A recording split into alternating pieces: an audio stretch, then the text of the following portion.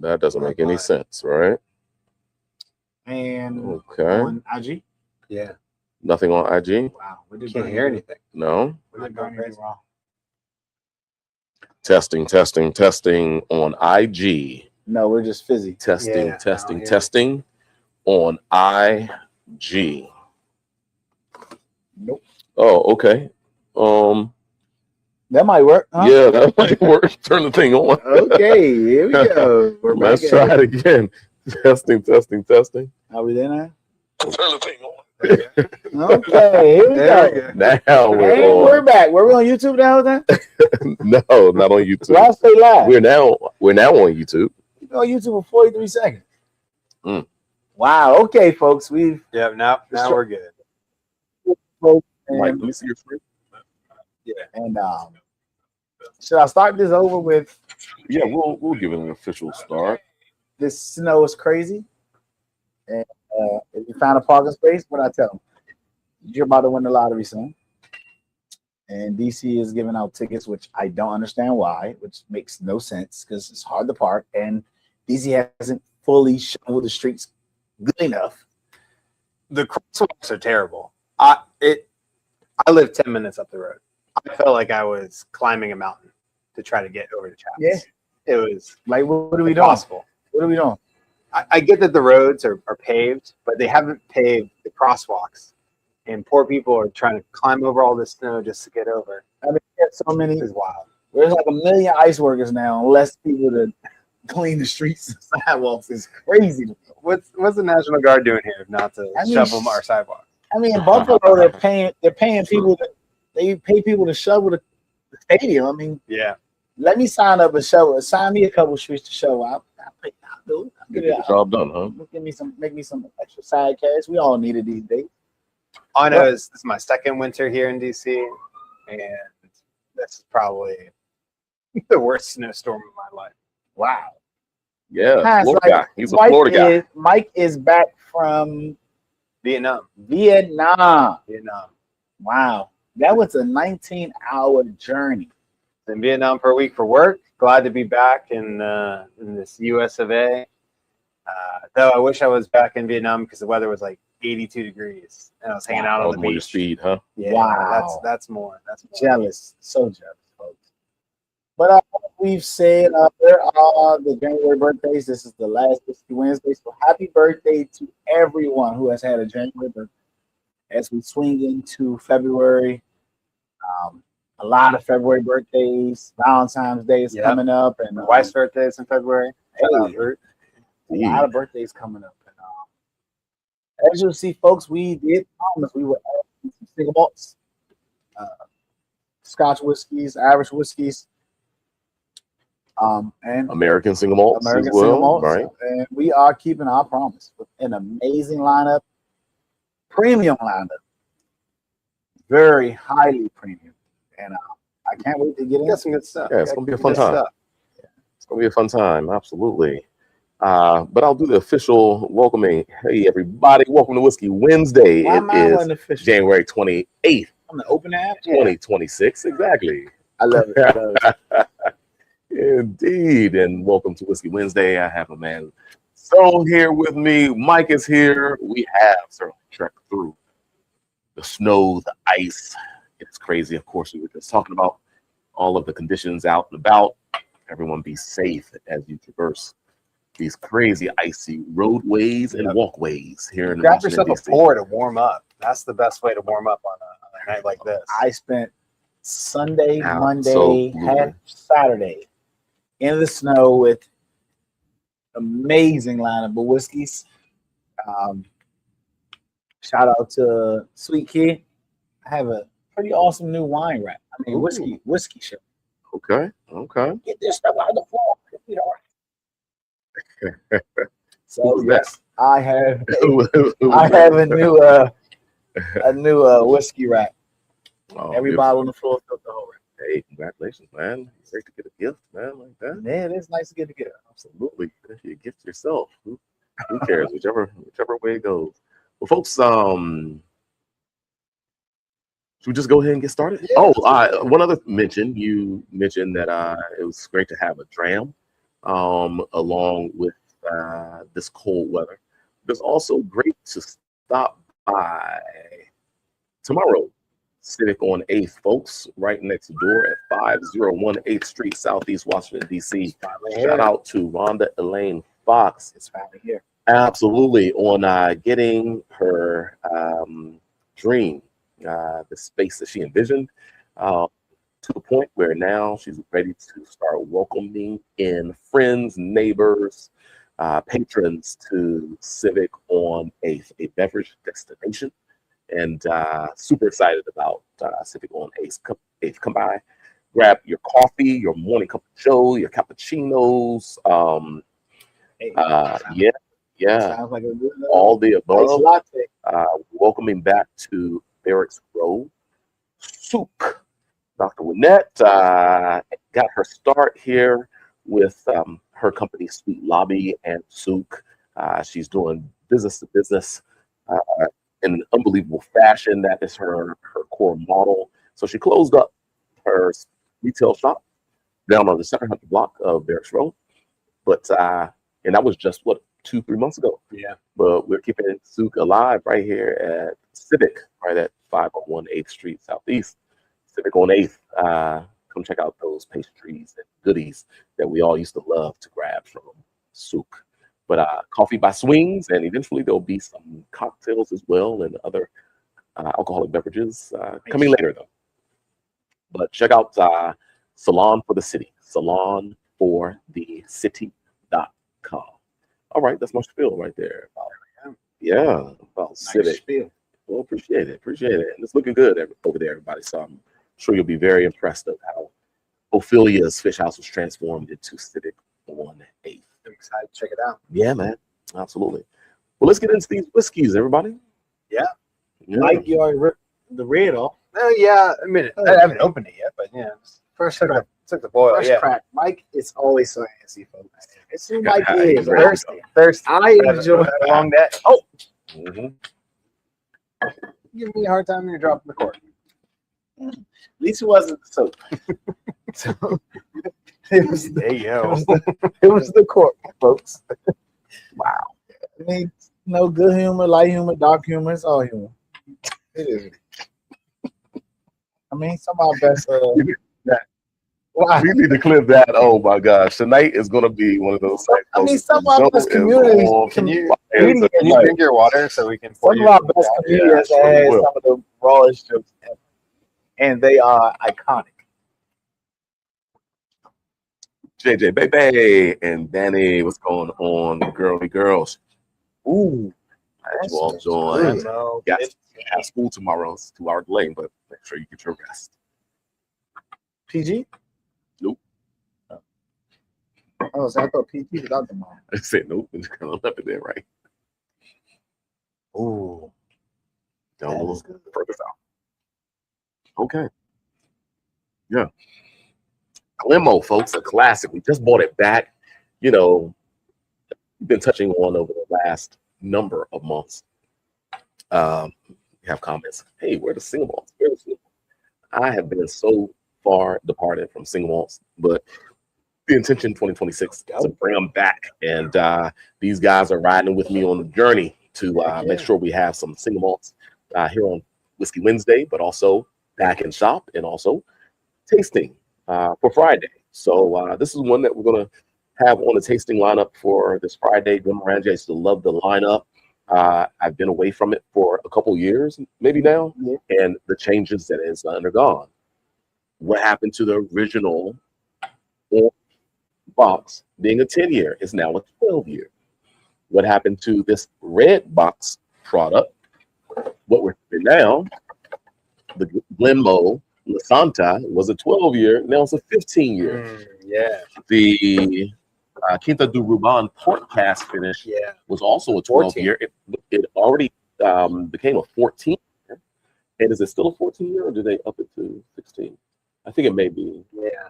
One of them went up to 16. I think it was the Sauterne cast is now 16-year. Those used to all be 12 years.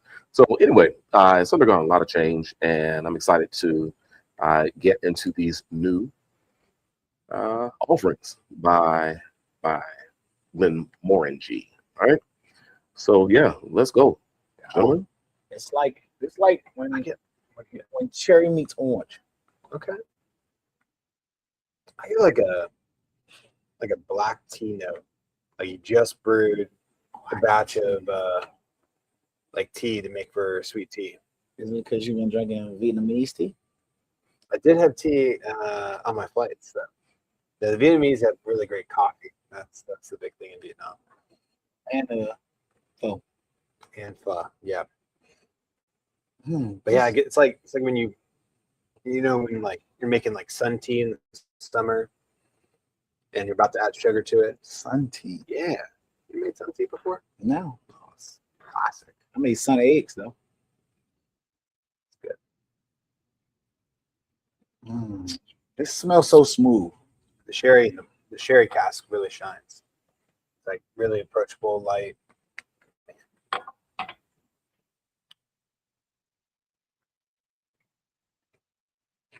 Y'all keep it going. It's like a chocolate, maybe coffee, A something. little bit, yeah. I get a little bit of like a cow. A lot of red fruits there. I'm going to listen to everything that you all are saying, and then I think- finally get an opportunity to taste it. And, I'll have we got something to base my palate on. Yeah. Yeah. That's some Right. viscosity. So there. viscosity, I get chocolate. Yeah. With it being double barreled, we got what? First a bourbon. Yep. Yeah, first a First bourbon bourbon, cask, yep. and then Sherry-cask. So And it used to be all, of course, the 10-year aging in the bourbon cask, and then 2 years of finishing. So I'm wondering, because they now have the 12-year original. I wonder if they're now going to 12 years for the base aging, and then like 3 years in sherry. 3 years of sherry. Is All pretty information I'm expensive. gonna make certain yeah, to figure out That's over the pretty. next week. It's a long time in the second barrel. I think Yeah, it shines. yeah, It's yeah. like you get raisins, like honeycomb. It's nice. A little bit of spice on the end too. All I right, get an enjoyable licorice. let's go ahead and get the Like a tipper cherry up. Twizzler, Sorry not about black. that, folks. Like a red licorice. You get a red licorice? Mm. Mm. Mm. All right. Keep it going. I want this with some. Sounds really good. This is like some There we go. You want it with orange Orange chicken? orange chicken. I feel like this goes Okay. right with that glaze sauce, the orange Yeah. chicken sauce. Some Orange chicken or General Tso chicken? a little, maybe General Tso's, a little Yeah. more sweet or malty, kind of Yeah. like. I Mhm. think this goes right there with that.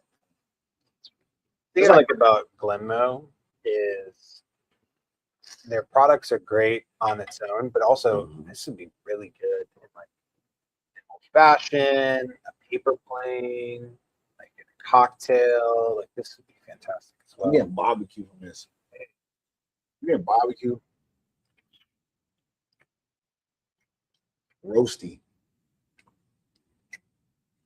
Yeah, this goes good with some Blue Hole barbecue sauce right about now. The mountain one though. Which It's a green label. Blue Hole. Oh, best barbecue sauce in the world. okay, I never had that one. Where do you get that? Well, only place I found it is Amazon and Giant. Mm. Okay. The best barbecue sauce. It doesn't have a lot of tomato in it, so you get more caramelization when you Okay. try to get it that nice sticky when you barbecue. The caramelizes better because less barbecue sauce and more sugars and syrups and honeys. So, but this goes right there for that. We got to do a whiskey and barbecue sauce pairing night. Yes. Wow. How does that work? Do you pick one barbecue sauce to go with every whiskey, or one barbecue sauce for every whiskey? One barbecue sauce for every whiskey. Wow. One of these days, we're gonna have to do like a food whiskey pairing. I know we've always talked about it, but that would be fun. Yeah. We had a little chocolate the other day. Were you here for that? So Yeah, Travis, you Travis, I right? got here late. Yeah. Mm-hmm. We And, had barbecue wings on here. We had bourbon honey cornbread on here. Maybe we do that for the chat's anniversary tasting. Mm. Mm. Mm-hmm. That could be it.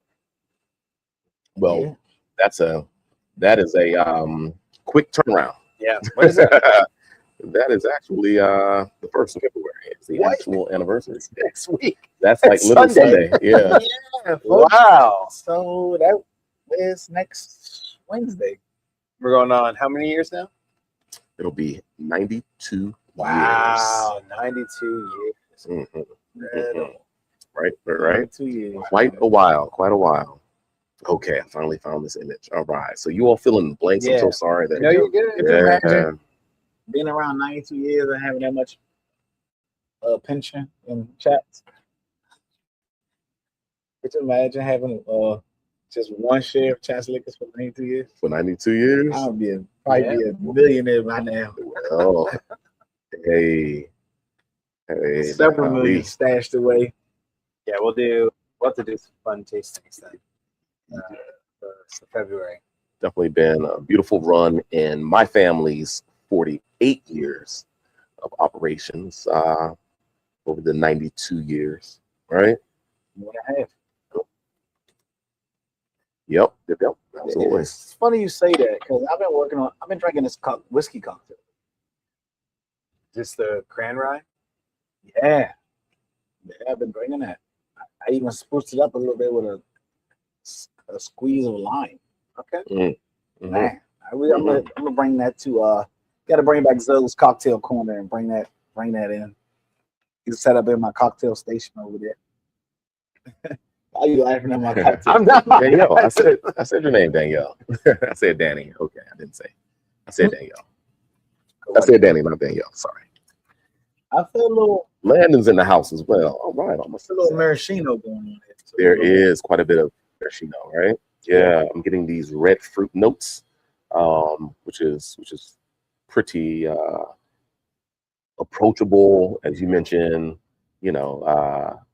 Manhattan, the red fruit tones, that richer kind of core of cacao, a little sweet, right? A little sweet, slightly, yeah, sweet toasted, sweet, yeah, sweet little toasty cherry. Yeah, I'm trying to associate that though with something that Cordial. yeah, smoked, right? Smoked Manhattan. That's what I had. I had recently a smoked Manhattan. Okay. And so that's what this is really reminding me of right now. Shout out to Awakening across the street. Happy birthday now. Belated to Warren over there at Awakening. Shout out to Aaron as well. Yeah. That took over what, Extreme Pizza? Was that Correct. what? Yeah. Mm-hmm. Extreme Pizza was good on a regular day just to go. Mm-hmm. All these changes in Derek's room. Mm-hmm. I'm just dying about your kids thinking that they have a school day tomorrow or a snow day tomorrow. Mm-hmm. Mm-hmm.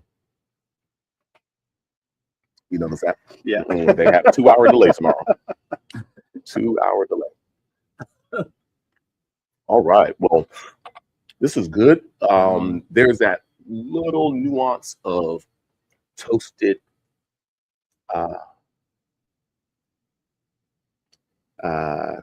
oak on the finish, but it does kind of borderline a little bit of a peat-like note. Not smoky and intense, but it's one of those Highland productions that I think give you enough savory characteristic, enough roundness. It reminds me of Speyside so very well, right? I think I want to go low. Are you associating the smoke with peat at all? I would go light smoke, not peat for me. Reverse. What type of smoke? Just a regular toasting of the oak? No, a little more, something more to it than that. Like what? Like what's the foundation of the toast? I don't know. Or the smoke, I should say. Malting. Okay. Maybe. Like I mean, there's probably some toasted malt in the because people always speak about the thin line with saying heavy smoke and heavy peat kind of like. So I'm not getting peat from it. I'm definitely getting like a light aromatic smoke that I can enjoy on the taste. I also wonder though, a lot of what would be kind of light peat note is erased because of the double barreling. Going from a bourbon cask to a sherry cask, sherry like really overpowers every time it's in a finish. So I wonder if that kind of dissipates it a little bit. Yeah, absolutely. And of course, where you have sherry that is already going to give you some of these kind of reduced like flavors, some of these oxidative like notes, kind of how that marries with the malted whiskey is interesting. But that's the fun with single malts and finishing processes and so forth. You can get something a bit more complex and nuanced. Yeah, 15 years, folks. I mean, It's around. Yeah. It's around. right? Remember a time when if you found a 15, it was tough to find a 15-year Highland with a heavy, especially a Sherry-cask production. That was closer to say a $60 price point. Yeah. Right? Yeah. That's what Look at how 12 is. yeah. Like somewhere in the 60, $70 price point. It's Oh, But yeah, Macallan being the brands that just crazy. probably, it jumped up to $100 When for I- 15-year. When I seen Then over. Glenmorangie the first time in these statements for stuff, I'm like, it don't get no better. It's a great value. Super affordable. Indeed. Um, All right, well, let's go ahead and start rating. we get into this. We're not getting into the single malt world, but even though I'm still in the limbo of learning. No, I think you did great last week, man. Last week was just Oh, yeah, that's right. I stand corrected. something like that. So that you Got it.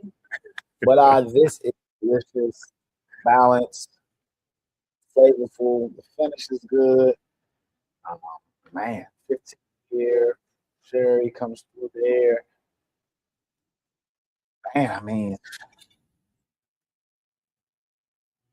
I'm gonna stand on it and say 8. Oh, wow.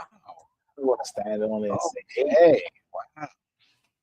I was thinking 7.75, but when I think about just the array of flavors we had, the depth on the chart of flavors, the age statement goes into this bottle and everything.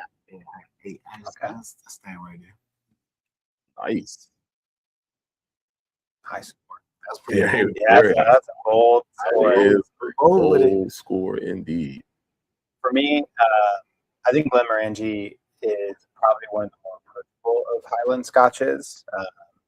Really, like we were just talking about, really great value, easy to find anywhere on the shelf. It's one of those statement pieces, I would say. Did when we it talk comes about to, the proof? I don't think we ever yeah, mentioned the I proof. think it's 45. It's 43%. 46. So 86 proof. Yeah. I think it's one of those statement pieces. Like if you're going to a cocktail party or a dinner party, bring this bottle. It's easy to find. It's an approachable price point. Bottle's sexy. I mean, look at the curves on screen. It's a sexy bottle. But Always the comes in a flavor, box. always comes in a box. But the flavors are really easy. It's perfect for as you're eating dinner, with dessert, maybe a cigar. Like overall, really fun starter of the night. I think it's perfect for us to put it right in the beginning. I'm gonna go 7.25 on this one. Great. My 7.25 doesn't mean it's not great, but Cash train over there. Cash train would put it higher. You don't think so? Yeah, no, exactly. Like I think if it was higher proof, even if it was at like 140, 49, getting close to 100 proof, I probably would have been higher. 7.25. All right. Well, in the past, it's been kind of one of my go-tos. Certainly a favorite one to turn on folks who are especially the single malt world, as well as those who are kind of just chasing the classics, right? Chasing Macallans, Glenlivet, Glenfiddichs. As I started getting away from those big three, my next kind of go-to for those palettes, or those folks seeking those brands. And it was a hit. I mean, there was a time we used to move so much Glenmorangie. And I'm happy to have it back on the shelves. I think we're going to do well with it. I think it's a very solid product. Even more so now that it's a 15-year expression, it leans into its elegance and maturity a bit more than it used to. Now, because of that, it's even softer for me, right? It's so approachable.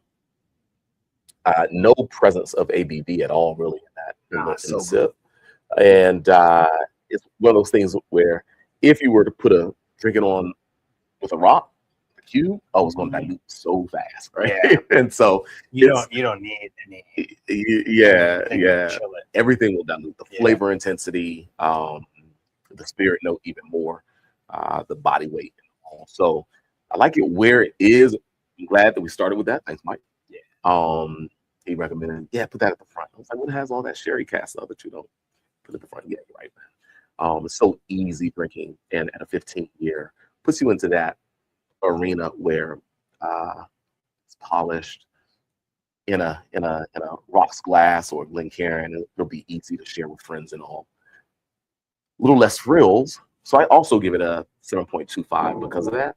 Very well made, easy drinking. Outstanding, I wouldn't say outstanding, right? But I'm getting a little off the grid sometimes of just the Sherry-cask finish Highland production at a low proof point for interesting, higher ranking products. But this one delivers 7.25. Some may love it as much as an 8, up to that, as well, especially for those of you who are into Highland single malts and who like lower proof points. It's just not quite enough for some of us. So 7.25 for me as well. I had to get back to my roots. Now it's 80, yeah, man, exactly. Exactly. Let me go ahead and hit home, baby. Hit Absolutely. Home. So Glenmorangie, the Lasanta 15-year-old now Highland single malt Scotch whiskey. It is 86 proof. That's 53% ABV. Alonzo loved it. Got him back to his low proof roots. Gave it an 8 out of 10. Mike and I gave it a 7.25 out of 10. I think it's solid whiskey. It drinks well. It's easy. And yeah, man, you got to be a little more gentle with those classic cask. Okay. Wow. Okay. Bottlings. Yeah. What do we Should have think? turned that upside down for a while. Let's go ahead and put a spin on those bad boys, and hopefully we'll be able to get this out without. Here it is, folks. So opening a bottle of whiskey with a corkscrew, folks. When you have real corks placed into whiskey bottles and all, and sometimes you might need, to wet the cork. might need a corkscrew. Back in my day, I did not expect to do that. Back in my day, we'll just push the cork through. Nah, why do that? This is Weekend. This is Bernie's wine We can training remove that. at work. Indeed. Got to put it to work every once in a while, right? Wow. Absolutely. Incredible. So it's probably been a while since you've opened this. Let's see. Is it corked, folks? Let's see. Yeah, it's been a little while. It has been a little while for sure. I can smell the iodine jumping up out of the bottle. Really? So clear. We always eye whiskeys and stuff before we drank it, and the factor of I'm sorry. wow, didn't I expect that? Didn't expect that, huh? No. Okay. Wow. All right. So let me just get this old ticker off. Goodbye, Glenmorangie. And it's like white peach, white cranberry. Stone fruit. Sounds like some stone fruit. A background of raisin, white raisin. Okay. That all sounds good to me. A little fruit punchy, like apricot. Fruit I do punchy, get a lot of everybody. that. Indeed. This is a classic cask, folks. It's rare whiskeys, rare casks of whiskeys that have been purchased from various distilleries. This one being the Nevis distillery of the Highlands. And It is a 17-year-old product. As you can see from the label there, or from the glass itself, Yeah. it's a more pale color. Pale. But yeah. It's gotta be a little lighter. Yeah, lighter than pale. Yeah. This is like It's like you gotta have a little bit more water, but you're still in a healthy range type of pale. white pepper. Yeah. Distilled in 1998. That's crazy. Wow, Distilled in 98. this whiskey makes me feel like an expert. These flavors are just jumping up out of the glass. Gosh, I was about, what year were you born, Mike? 93. 93. Ooh. Good gosh, man. This is right up your 93. glass. This is right. I say right up your glass. This is right up your alley. Not quite, but this is good. A lot of complexity there. This starts getting towards like Lefroy. Yeah, this is I think where this begins to differentiate than the Glenmorangie. Glenmorangie is like approachable, it's soft, it's kind of just like a nice little mellow note. This has like a nice little punch to it. I do get a lot of like white peach, a lot of like stone fruit. This has like nice. The peat really does shine a little bit more. It's subtle, but it's still a little bit more smoky than the first one. Yeah, which is nice. Getting closer to the top of the scale for. Yeah. Well, wait till we get to the end. I know it's always you. Miss Denise Farrell in the house. She says, how long have you had this whiskey, Burnie? Honestly, it's probably been about 10 years. It said bottled 2016, so probably close to Yeah, probably about 10 years. I remember tasting this when this portfolio of various whiskeys first hit, stateside, and I picked a few things, probably about 4 or 5 different classic cask productions, another brand, like 2 other brands that they had out, like a bunch of different single malts, small batch. What was the retail on this? Actually, it probably wasn't as bad as some of the other 17 years. At that time, it was just an off-brand. It was something that, no one really had seen before. And, of course, Nevis as well, as a distillery, something that's not as majorly sought after. So I want to say that we were selling this for probably right around 100, a little over $100. Wow. Or 17. Yeah, probably no more than 120. I've never even heard of Nevis before. Yeah. It's a mountain. Mhm. That is for 10 years. That's crazy. I don't think there's no whiskey I enjoy right now that have for 10 years. The longest whiskey I've had is that Thomas Handy. That was 3 years old. Well, to be fair to Burnie, you don't have as much whiskey as he does. That is true too. That is privilege. This man's got whiskey. It's just tough. So sometimes you forget about him, especially out of sight, out of mind, He said, I knew what I was looking for. That's what he said. He didn't even know what bottle he was looking for. He just knew what he was looking for. But I can't tell you the name of it right now. I'll know. Absolutely. Absolutely. This is nice. Yeah.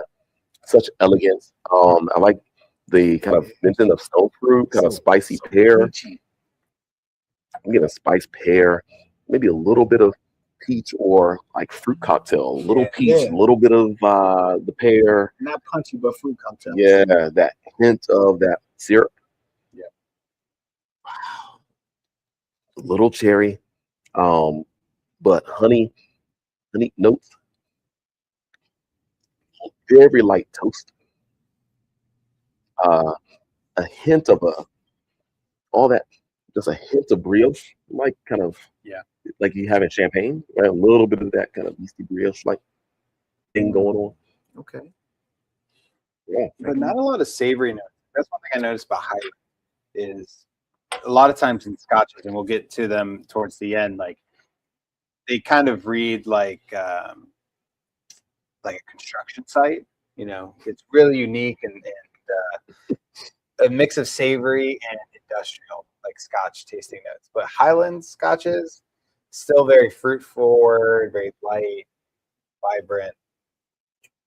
Mike has been on one, folks, before we even got on the camera with his descriptive notes tonight. Scotch tasting notes might be my favorite. Like way better than bourbon tasting notes because they are the most creative out there. You're like, wait, I'm sorry, what did you describe this as? Indeed. Yeah, it's my favorite. Mm-hmm. This is finishing tasting like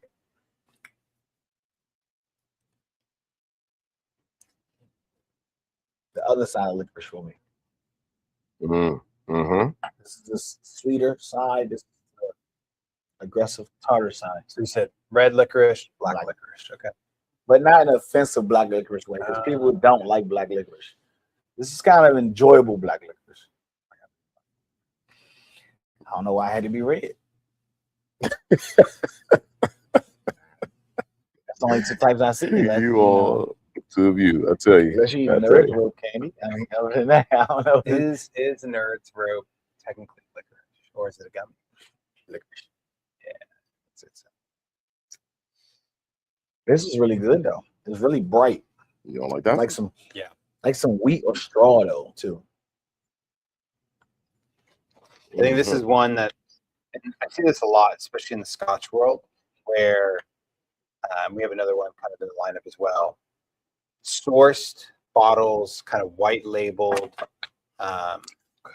It's not, Glenmorangie, okay, this is coming from their distillery, but this one is like, oh yeah, this is a random distillery. This is where it's produced by, but it's not part of. It's like a barrel that we found, but not part of their main lineup, which is always really creative.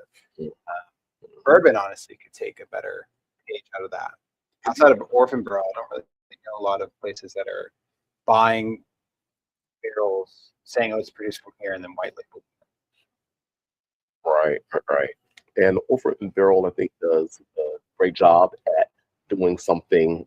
There's doing some it's things kind of crazy that they will associate to place of origin, especially for their single malts, right? And for the bourbons, though, not always, right? Yeah. But if you think about your best action movies, right? And you think about your best villains, bad guys, good guys, they always seem to drink whiskey, preferably like a Scotch or something. Always a Scotch, because I think Scotch has been like so known as like the universal luxury spirit, and most of those movies aren't in the U.S. per se. Yeah, right. Do you think they're drinking Speyside or Islay? Because they're pouring it heavy. Yeah, they always drink it straight. They always drink it straight. They're probably drinking Highland or Speyside. No one, honestly, you have to think like they're probably the most evil villain on the face of the earth if they're drinking Islay Scotch. And if they're drinking Campbeltown, which is the very last Scotch that we'll drink tonight, they are truly the worst of the worst. So I'm thinking like,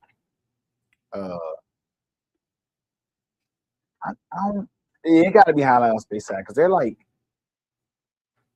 but it's always dark. I mean, well, this is pretty dark too. Yeah, but they're like pouring in. They're like, give me a Scotch. And it's like this much, and like you'll think it's cognac.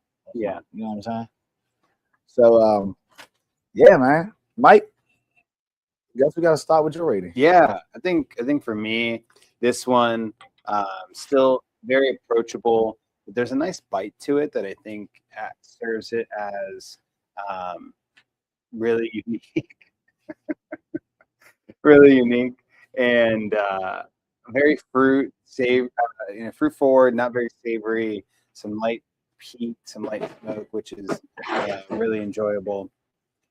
I'm gonna go just a hair above the Glenmorangie. I'm gonna go 7.5 on this one. What do you got? I think at some point in this night, you you are hard on scotches when you rate.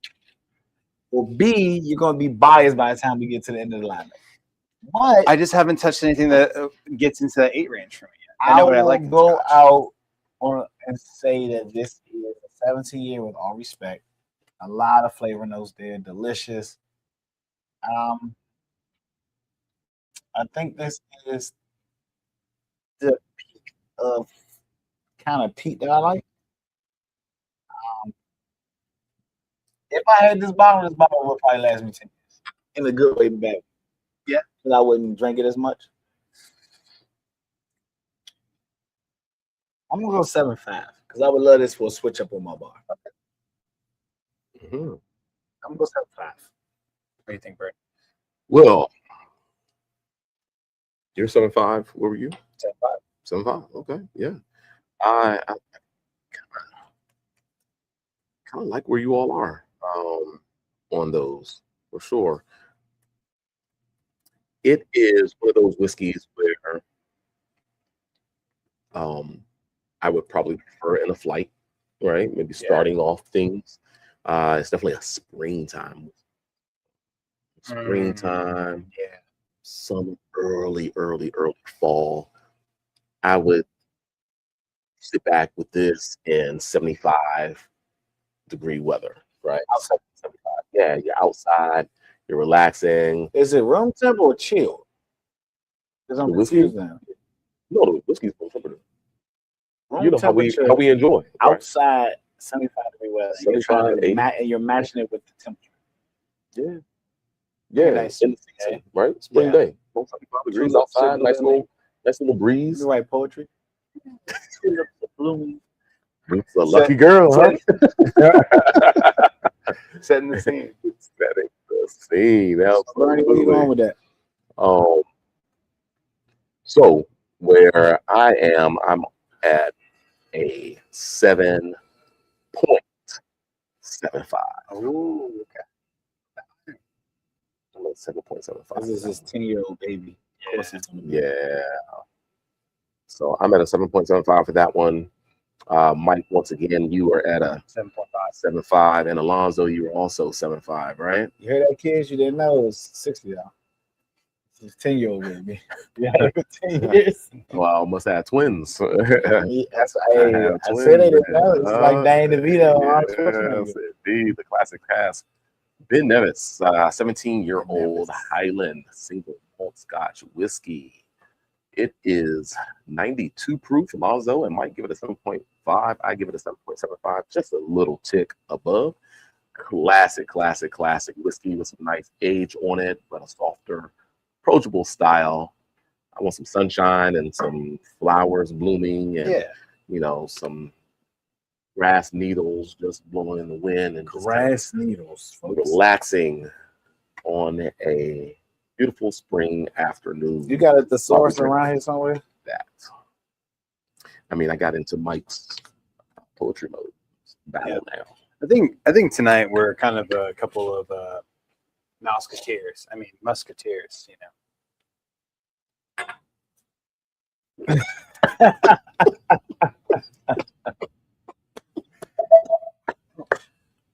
What's that? What is happening?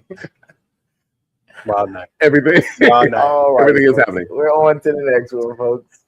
Absolutely, we are. Wow. What a night. This has been fun. This is a name thus far, and we're just at the halfway point right now. This is a name I've never heard before, folks. John Milroy. It sounds like a golf player. It does. It sounds like a golfer for sure. Right? Milroy. Indeed. Why did you say that with that tone, like you tried to put an accent? Who's that? Me? Oh, because of culture, man. Culture. He's a culture in there. This man opened a Scotch bottle with a corkscrew. You've been around. Thank you very much. Oh, I like this one. I don't know why I'm getting some light bourbon on the nose. Higher bourbon-like notes. Light bourbon. 110. Yeah, there we go. I'm getting some light bourbon. Yeah. And it's also a Speyside too. Right. Rich. This is some corn. I want to all say music to our ears, right? White corn. Yeah. It's good. Mm-hmm. Smells a little bit like mellow corn. Let's add this ticker up here. Another one of these kind of white label productions, folks. John Milroy. Same importer as it's as a part of classic the cask. same package as far as importation and all of the product. So let's see what we got, folks. But this is Speyside. I love Speyside. Yeah. Of course, we were drinking a little bit of Singleton 18-year a couple weeks ago, right? Yeah. Speyside production. Just like the balance and some of the slightly more savory characteristics and the mouthfeel of Speyside. Run. I can't say I feel like scotches. Bye, JJ. They the nose that you nose stays there, but I feel like it gets softer faster. Scotches to me. Yeah. I first pour it jumps out my glass. I mean, nose is always changing on whiskey as it sits in your glass, of course. But I think it gets so softer faster to me.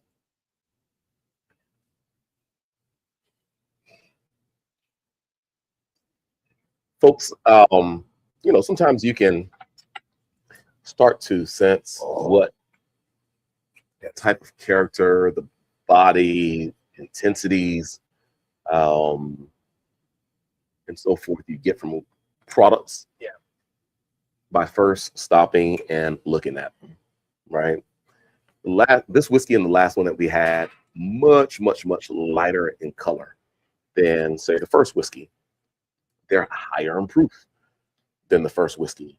One has been a couple years older. One has been a couple years younger than the first whiskey we had. I think a lot of that comes also to the first fill barrel that these are going through. So the last two that we had, I'm 100% or pretty close to certain that they're bourbon-esque bourbon casks. That's the first fill. But this one we had bourbon and then we had sherry. So all of the color that you see is from that sherry finish. That's why even like we went to the ports.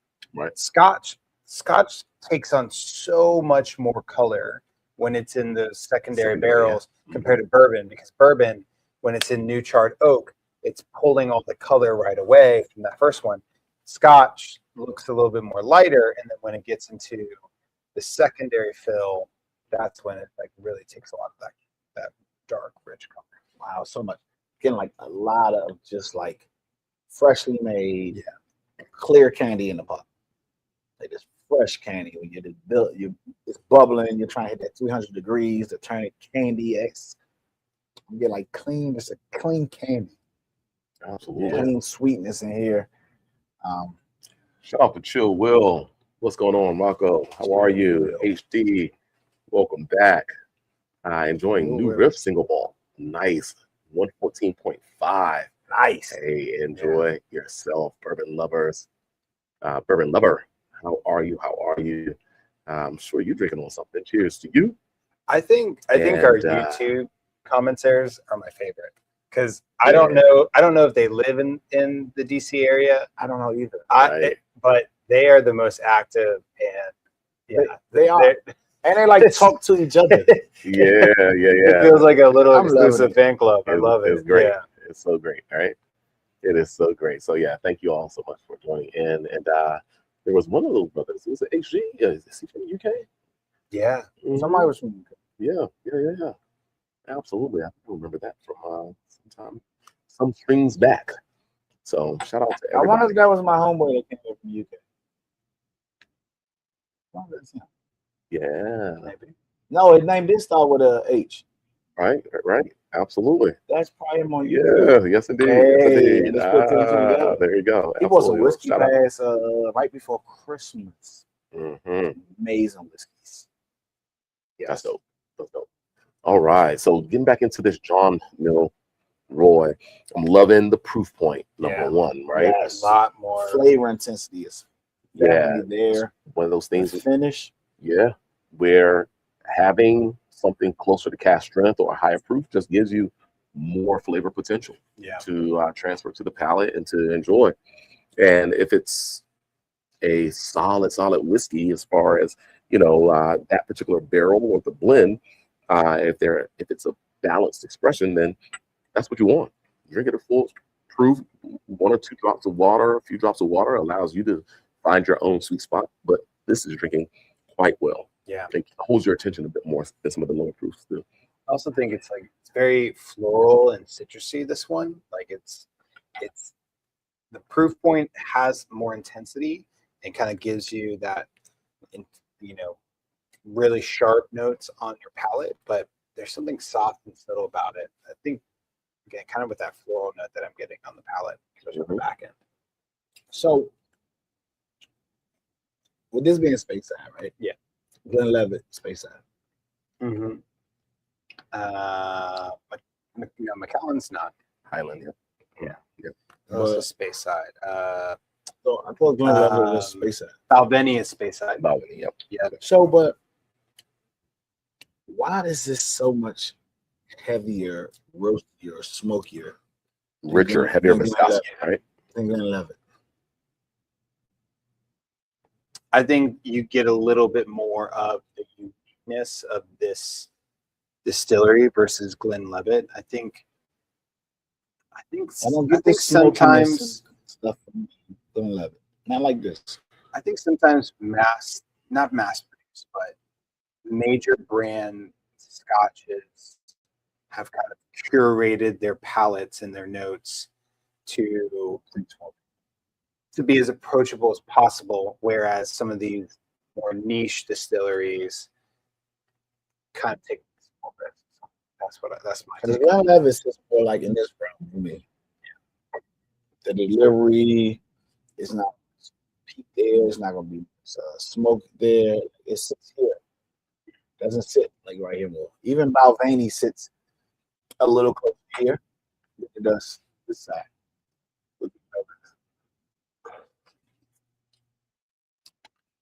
Yeah, well, it's also one of those things where they're going to proof it down more, right? Once again, fuller potential.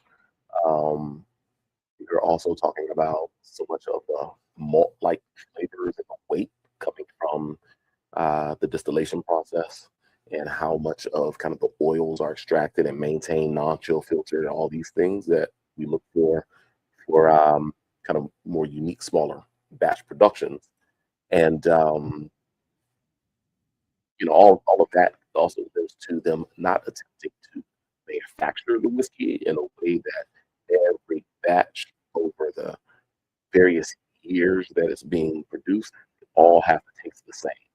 So there's techniques and strategies that those whiskeys have to undergo so that you can have that level of consistency.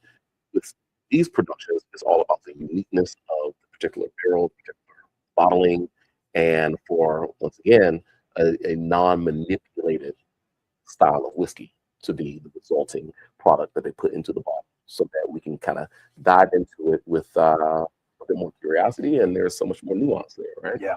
So this is one of the beautiful things about small batch craft.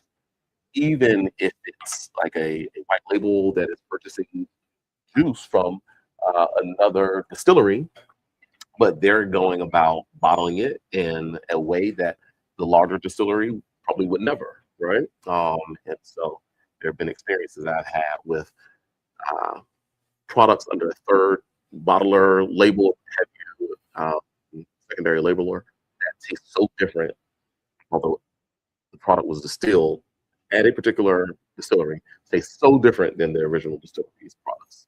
Right. So yeah, good stuff. All right. What do y'all think? I'm glad I can Civic recognize. opening up tomorrow. I'm glad I can recognize how much I'm drinking whiskey and learning. Boy, if you'd have asked me 3 years ago, I would have had nothing good or enjoyable to say about this. I probably would have poured it out. To be honest with you. So shout out to learning. I was right there with you, probably about 6 years ago. Never really got into Scotch. Always been a bourbon guy. Then I joined a whiskey club back home in Florida. and half of the group there was Scotch guys, in particular Islay Scotches, and that kind of opened my eyes and to where I was like, all right, I think I kind of like Scotch a little bit now. I don't own as much Scotch as I do bourbon because bourbon's still my favorite, but I am always ready to drink a really great peated Scotch. Like when I was in Vietnam, I didn't have any bourbon in Vietnam, but I did have a 15-year Highland Park. Delicious. So Okay, good. The last sip of that Scotch was so clear in my glass that I thought it was water. Mm. And I drank it like it was water, and it attacked me just now. I'm not lying to you. It attacked you. Okay. By the time I got the glass to my lips and the drink, I was like, this is not water. And I went to it thinking it was water, and I was not ready, body-wise, that for it to be Scotch. All right, Brandon, you're up. It happens to the best of us. It happens to the best of us. For sure. Ooh, that was all right. Well, you know, I am digging this one. It's a 12-year production, but it has what I so love about Speyside. There is terroir there. Like there's something about the flavors that you can kind of almost pinpoint that, oh yeah, this seems more in the rhythm of a Speyside like malt. That's a hint of kind of earthy, mossy, lighter peat, a kind of honey tone, a slightly richer viscosity, silkiness, and that's just standing on its own without any type of secondary barrel finishing or what have you. You have those nuances that will keep your attention. But it's so kind of beautifully married flavors that you taste no secondary notes of other things added or especially finishing tasks or what have you that sometimes are needed in the other regions to assist it in gaining complexity. So I love the flavors of this. I can sip that dram, do a water rinse, and maybe want to repeat or possibly move on. Like I think this is another one that is great in a flight of whiskeys, especially because they're so pale. These two especially, they're so pale, right? Yeah. Color-wise, but they offer quite a difference in flavor, but also a uniqueness in that they are not manipulated and can stand on their own. This is John Milroy. I'm going 8 for this. This is my favorite out of the bunch thus far. Yep. Oh, what hell,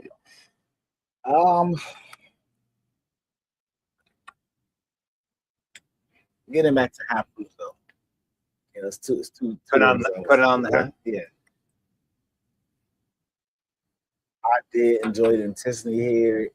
Some of those sweet tones reminded me of I got a little bourbon feel that came with the Scotch feel. The proof was good. The oils, the viscosity, a little bit of salinity there to me. Sweetness was good, round. It still sits clean with me. There's some more flavors I would want from it because I'm not a Scotch drinker. To exactly learn how to appreciate this, I'm gonna go 7.75. Okay. Nice.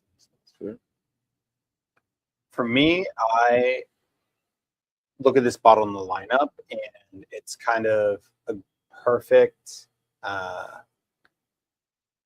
transition. Like a perfect transition. So like agreed. We went to like very light, approachable, flavorful, but just kind of, you know, a good foundation and base to, all right, starting to get a little bit more unique notes, starting to venture out a little bit more peat, a little bit more smoke, that's traditional single malt. This one, a little bit more complexity, a little bit more flavor, and the proof point elevated higher, which I think is just kind of like a perfect transition to what we're going to be drinking next. You get that saltiness to it, a little bit of savory notes, but I get a little bit of floral. It's nice, somewhat of Burnie, something where I could have a dram, I'm ready to have another one. Wouldn't even think twice about pouring it. Like after we're done, might have another one of it. Like it's that good. Proof is really, really great. Right in my sweet spot as a proof head. Kind of went back and forth between your two scores. I'm going to go with 8 though. I think it's really nice. Even at 12 years, a little bit younger than the last two that we've had, but it holds up to its own. It doesn't really taste overly young. It's delicious stuff. It's good. Yeah, absolutely. The youngest of the whiskeys thus far, but the one that has delivered the most dynamic flavor profile and most engaging thus far. I don't mind. That's why this is fun. Everybody might want to chase sometimes age. The oldest is the better, or what have you. Or it's complicated with the secondary finishing. Triple finish, triple age, all these things. But sometimes if you just get down to a really good base, phenomenal whiskey, that's all you do. And for us, John Milroy, 12-year-old Speyside Single Malt Scotch Whisky. It is right under 110 proof, 109 proof. Alonzo is 7.75, and Mike and I both give it an 8 out of 10. Tasty stuff, man. Indeed. If this was Tasty 114 stuff. if this was 100 proof, 110, my God. Yeah. I don't even make a cash. That would be interesting, right? Hey, shout out to Izon. What's going on? He is in the house. He's in the building, and in his fashion, always. Some of the best commentary. Some of the best commentary, right? He mentioned that he is celebrating with us. And he's sipping on a wonderful vintage. Is that whiskey? Thunderbird 12-year-old whiskey? Thunderbird 12. Oh man. Or is that a 1 or 2-year-old whiskey? Dude, when I first got this route, there was one of my stores, corner store, right? I promise you, they had like 3 bottles of Thunderbird. Yeah. It was I was wondering how long it had been there. It started looking like some lightly colored orange juice. Like this, I know it was like drinking some pink champagne gold, but it said Thunderbird had a plastic wrap on it. It's crazy. I said they used to drink this. For sure. It was the hot item. And the crazy thing about, a Thunderbird is its core demographic. The core demographic of things like Thunderbird and Wild Irish Rose were housewives. They were home alone. Their husbands were out at the office doing their work or, military or what have you. And to make a happy housewife, have some Thunderbird for the drink while she is like a enjoying, like literally the commercials were like a woman with a little skirt vacuuming, drinking Thunderbird, 1950s, 1960s. There you go. Wow. And so when you say Thunderbird, don't make these associations too. But I have had the pleasure of actually physically seeing a bottle of Thunderbird. A lot of people will never see that bottle. To know they came out in the 50s and the 60s. Wow. Yeah. There was still a bottle lingering somewhere. I mean, I probably still into the early 2000 maybe. Late 2000. You gonna go to South Carolina somewhere to see Thunderbird? Because you ain't gonna see it here. I don't know. Maybe not here, but possibly somewhere. I don't know. I found out I was pronouncing this wrong. Boy, I felt so crazy. What, Lefroy? Yeah. Or Cardias? Lefroy. Yeah. So this is the Lefroy Cardias. I'll just read perfectly from the back because I think it encapsulates everything that I love about drinking whiskey. Rum bottle. That's the next bottle. That's the next one. Ooh, yeah, I'm sorry. But it's crazy. That bottle looks like olive oil. Why are you looking at olive oil? So Cardias is Gaelic for friendship. So Cardias is our annual expression created for our friends. Lower cask strength follows a tradition of sharing cask strength versions of our classics. A marriage of 5 of our favorite cask types, this non-chill filtered whiskey is Laphroaig at its most intense. This is the cask strength classic that tastes just like it does at the distillery. Enjoy it with friends. That's what I'm doing tonight. Come on, man. Come on. Look at that. Cheers to that. Look at that. Cheers to that. Love it. I love it.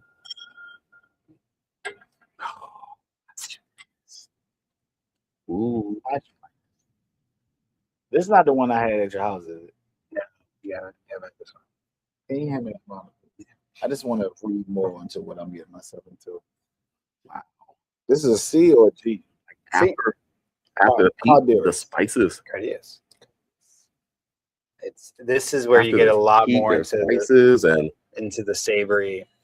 Tastes like peat, zest, and pepper. I cannot say that any better. Yeah, the pepper spice, Very peppercorn like citrusy. no, definitely. What do you mean by lore? Our intense lore in cask strength. Lore mean Like whiskey? history. Yeah, the history. Oh, history. Yeah. Lore. Like lore. Wow, look at that. I'm learning, folks. You see this? It's very salty. It smells like just smells like a sea air. It smells like you're just in. That's like my favorite thing about Islay scotches is it smells like you're in Scotland. I've never been to Scotland. I want to get pepper and powerful Absolutely. peat smoke. Shout out to Drew Beard, Whisker himself. I need to return your Tang. text, man.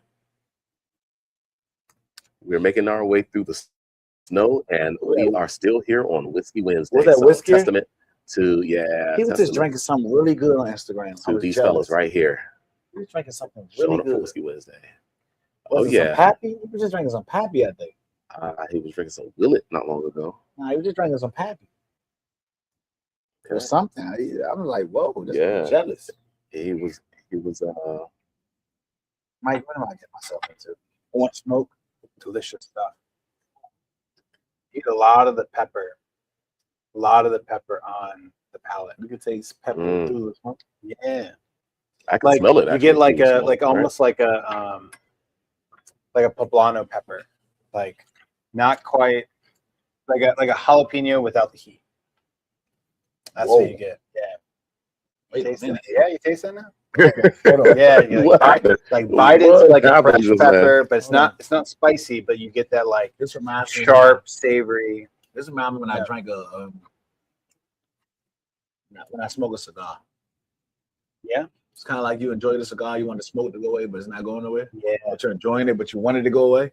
Shout out to Glenn. This is that thin line right here.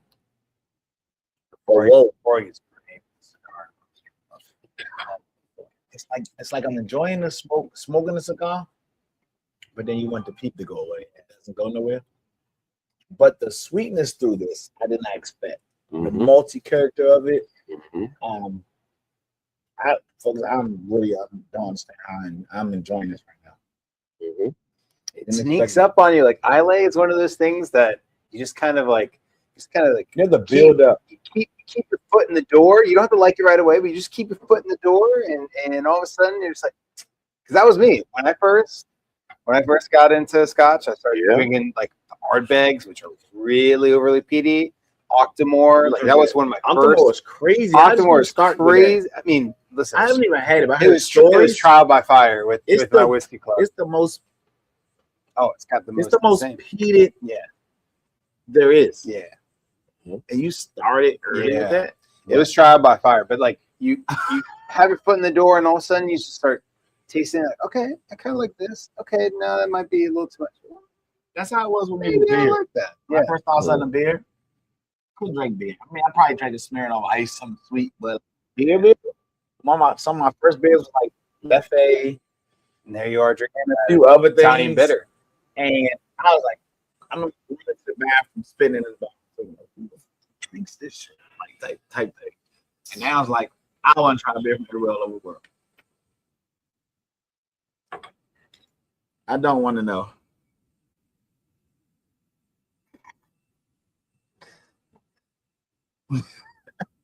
So, getting into I'll have you on in the month of February. You can come down. We're going to do Whiskey Wednesday with you, brother. Show for our birthday month. Absolutely. So, this is smoky and peaty. the peat itself, right? Yeah. So in this case, when the distillery is malting their barley, it has to be dried after the malting process, right? So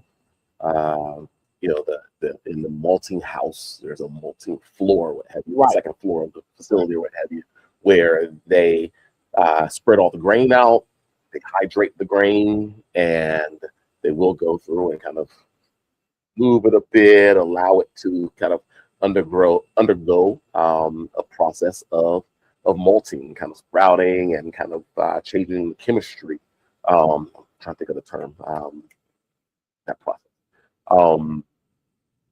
And so once that happens, you need to remove the water. You need to make the grain dry again, so that you can then go in and start processing the grain for the mash and then distilling it out. So they are drying the grain, which is on the second floor of the malting house, by using some type of heat source. In the Highlands, usually they're just using natural gas to kind of heat that bottom floor, to burn on the bottom floor. The resulting heat that rises has no aroma. Right. Just like, when you turn on your gas or electric oven in the house and you cook something in it, you don't get any resulting flavor from the heat source that you're cooking your let's call it meat in, right? Take the same meat, take it outside, light some charcoal briquettes, let that grill warm up, heat up, you start cooking on that, you are actually imparting the flavors of those charcoal briquettes into the meat. Right. That's your fuel source, your charcoal briquettes. Then various woods or what have you. You know how that can go, right? Some mesquite and all. So they are using peat as the fuel source. Yep. Okay. Burning peat as the fuel source to heat that bottom floor, which in turn dries the grain on the second floor, also infusing that smokiness specific to peat into the grain. And that lives with that grain all the way through the rest of the process. Just like in mezcal production, what do? They take various woods, and do a burning of the woods in a fire pit, a wood fire pit underground to those agave pintas, right? And that will impart its flavor of smokiness into the actual agave, as opposed to tequila, where it's a brick oven roasting. No flavor from the heat source is imparted. So that's how you get peat. Just like in the copper fox that we were going to potentially taste today, there is cherry wood and apple wood used as the fuel source to burn the fire on the first floor of the malting house that then gets imparted into the grain. Similarly, they make a peach wood product, peach wood smoked product. So that's where you get your smoke. You're having to burn some fuel source, some product that will then integrate itself into the actual grain of the resulting whiskey. So you said they wet it and let it sprout. So when it sprout, are they cutting the sprout off of the grain, or they putting the sprout in with the grain and all that? No. It's all now, instead of a smaller grain seed, it matures. It's sprouted. I forget the name of kind of like sprouted, right? It is sprouted. So we're greenery. And so we have a different type of product at this point. Hold on, sprouted or open? When you think, when I think sprout, I'm thinking green, like leaf, like plant. Right. No. We're not open that far. Yeah, right. Like the grains are opening I up. the term that's used. As I said, when you said sprout, I'm thinking green. I'm like, they putting the grain with the green in the but maturation. That first little change of the chemistry of that grain, which yes, we can say cracked, right? Okay. Then that is the process that has to go through first. Okay. Right. I'm trying to think of something else that may have an association. Like cocoa nibs and coffee. Absolutely. The fermentation, the opening of it. Yeah. Potentially like was going to use the term popcorn, right? And you change the chemistry. It's the same product, but you heat it, and now its chemistry is so different than it was originally that it no longer is associated with the base grain flavor note. It's associated with a fuller, maybe more elegant flavor note. So that also plays into what makes a single malt whiskey potentially one of the most complex whiskeys on earth, without going into other processes of barrel aging, finishing, blending of grains, and so forth. These single malts showcase their terroir. They showcase flavors that like literally can only be derived from the place in which the grain was grown, the place in which it was distilled, the place in which it was aged, the vessel that it was distilled from. Like there's certain flavor notes that you have and that are derived from a particular vessel. I think we're going to move on to something from Campbeltown. There's a fun Springbank story that we were told, back in the day. They changed the swan's neck on one of these vessels to try to get more efficiency. And the distiller said, well, that swan's neck has been on there for ages. If it changes the flavor of the product, then put it back on. And certainly they changed it. Product was running out more efficiently, but the flavor was totally different and something that was not unique. They're not the only distillery I heard that from. There's a couple other places that changed a certain piece that they've been using for years, or a certain pot, and the flavor changed, and they went back to the old, rundown, abused. So yeah, they're not the first people I heard to say that they had to do that. Another thing that's unique with the peat that they're using as the fuel source is this is all from outside of the distillery. So I know at least for Ardbeg and Lefroy, all these Islay distilleries are all within like a couple miles of each other. Nice. So imagine if we had that all down Pennsylvania Avenue. We just had different spots. That'd be incredible. But it's all grown right there.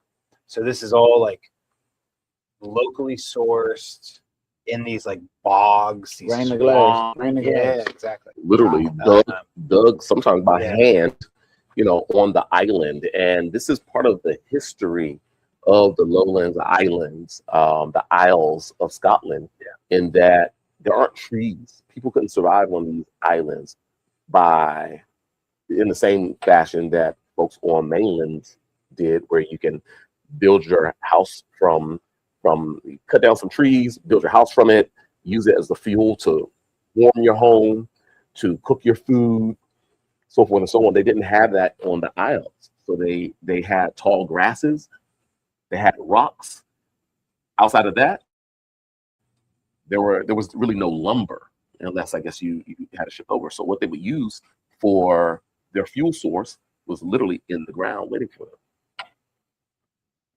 Dig into the ground, you have these peat bogs that you can intake, and it was a fuel source, and they could actually burn it. What is that was like fossil fuel? So yeah. Think of other fuel sources that come from the earth. Like, that's what I'm saying. Like down type thing. Okay. Yeah, absolutely. And so this is something that over the ages have been a part of the daily life of these folks who lived on the Isles. It was a very hard life. It was a very, intense life, I'm sure. Being in northern, very cool climate, having a sea all around you that I'm sure at times got really harsh. But you had the salinity from that sea. Yeah. So you have something that comes from the earth that gives you a nuance of Islay, that's the peat. But then if you're aging your product on the Isle, then you also have kind of the atmospheric nuance, which is that sea mist characteristic. And certainly if you're at the beach, playing in the ocean, in the Atlantic, and you fall and you get some salt water in your mouth, you spit it out, or what have you, what's left is kind of similar to what you have here as far as the salinity goes, as well as the viscosity. Just have a whiskey. Just have water with put a little salt in it. It changes the whole pH and the dynamic on the palate. Like, there's blood pressure if you drink it. If you drink it, yeah, absolutely. Um, I'm not saying that you should drink salt water, I'm but glad we've you all didn't say done that. saltwater rinses, right? All right, what you got? Let's get into the rating. As it's been sitting in my glass, I feel like the peat is dialing back. For every sip, my palate's adjusting. I think you're adjusting. If this peat level was 9, and if this peat level was brought down to like 5, boy, my rating for this would be crazy. I'm gonna go solid 8. Okay. I'm not a peat guy. If it was half the peat in this bottle, my rating probably be like 8.5 right now. No lie. There's so much sweetness on the front of the palate of this. Termination. That's what I'm trying to think of. There's so much sweetness on the front of the palate here. The smoke does get easier to accept and starting to enjoy and adjust to as the more and more sips you take. What proof are we at? 60, essentially. So One- about 120? 59.6. So 19.2. So the proof, the cash strength proof on this is, oh my God, between the sweetness and the peat, the proof is so much balance. I'm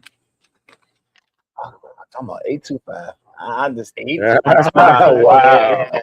I mean, but Wow. if this had less peat, Yeah. bro, I would probably be 8.5 with less peat. To me, for I me. first will say I admire how much of your glass you finished, because I know that it cannot be easy. Going through that. I mean, this isn't like Octomore level, but it's a pretty intense. Islay Scotch for sure. So first off, The sweetness Big and the ups to you. smoke is No, starting to that's balance. good. Like start getting into it a little bit more. This is my bottle. I'm a little biased in it. I've had so many different versions of this Cardias series they come out with every year. My favorite one that they ever did was the first one I ever had. Was finished at Maker's Mark barrels. Maybe I was biased because it finished at Maker Mark barrels, Yeah, but you it are was making really stand good. too, right? It was really good. Yep. But I've not found a Cardias I haven't liked. This one at the proof really hit another level for me. It's savory, it's salty, it just like you just close your eyes and you're drinking, you're like, I'm in a cold, moist Scotland. Hey, Yeah. Mm. And the more that you sip, the more it opens up.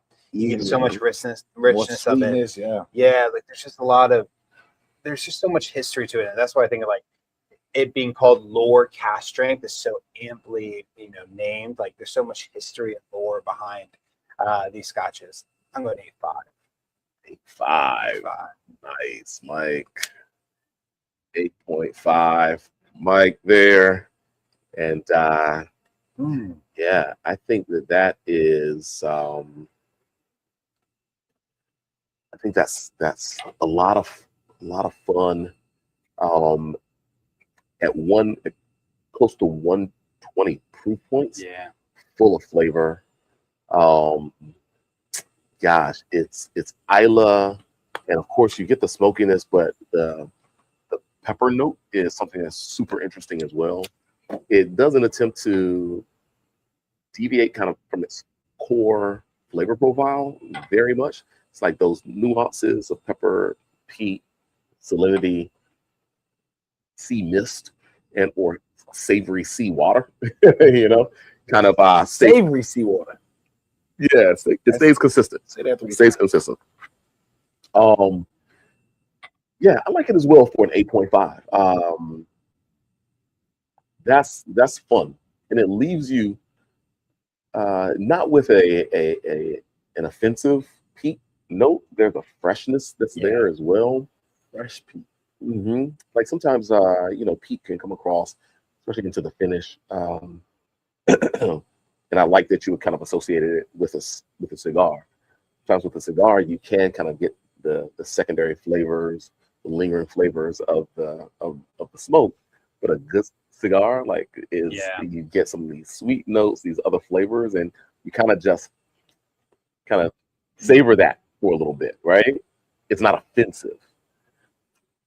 Sometimes when you get down, when you have a very intense cigar or one that is maybe not quite perfectly maintained, and you start to get a little bit more of that intense burn, like when a drier cigar, drier cigar, then those don't necessarily have those nuances of flavor. It's like too intensely, it's burning too fast, and you don't get as pleasurable of a flavor in the finish. So this is well done.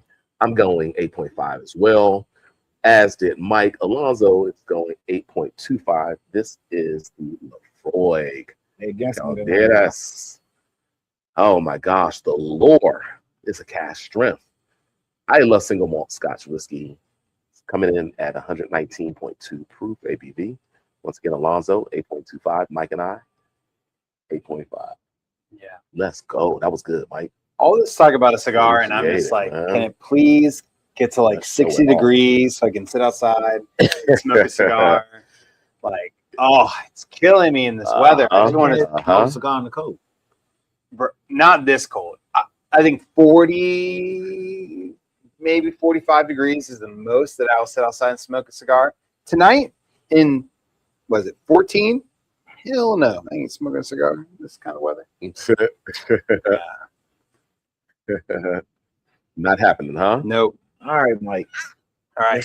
It's the Smoky Pete. This is the funkiest and most unique Scotch I've ever had in my life.